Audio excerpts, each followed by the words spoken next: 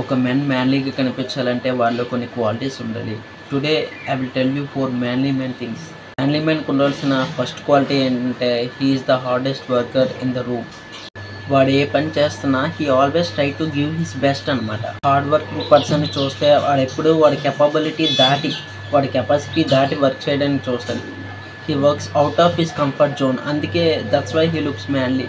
Second manly thing ఏంటంటే he is willing to take the pain. He is willing to endure the pain. పెయిన్ని చూసి ఎప్పుడూ వాడు భయపడ్డాడు అనమాట.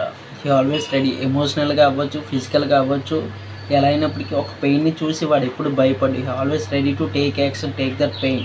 That's why he looks more manly and dangerous.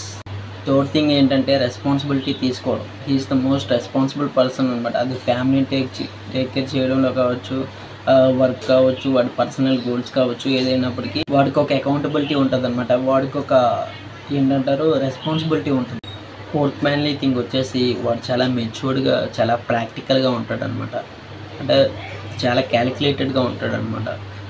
ర్యాండమ్గా ఎవరితోనూ ఇష్యూస్, గొడవలు లాంటివి పెట్టుకోడు అంటిల్ వాడి ఫ్యామిలీ జోలికి వస్తారు. గైస్, నేను ప్రొడక్టివిటీ, స్పిరిచువాలిటీ, ఫిట్నెస్తో పాటు ఇంగ్లీష్ ఇడియమ్స్ కూడా ఎక్స్ప్లెయిన్ చేస్తుంటాను. If you are interested on these topics నన్ను ఫాలో అయిపోండి.